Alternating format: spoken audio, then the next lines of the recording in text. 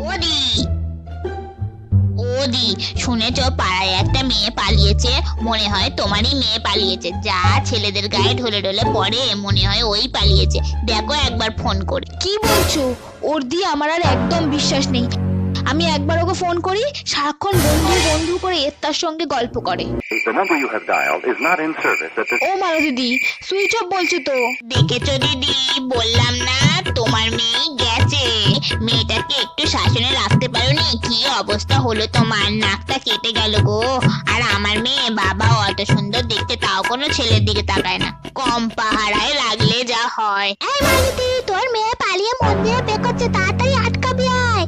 তা মালো দিদি, তুমি বলছিলে না আমার নাক কেটে গেছে, এদিকে দেখি তোমার নাকি কেটে ঝুলছে। যাও যাও তাড়াতাড়ি যাও, যদি নাকটা জুড়তে পারো। মেয়েটার আজকের পাই জুতোর বাড়ি দেবো। ওদি, এখন আসছি, কথা বলার টাইম নেই।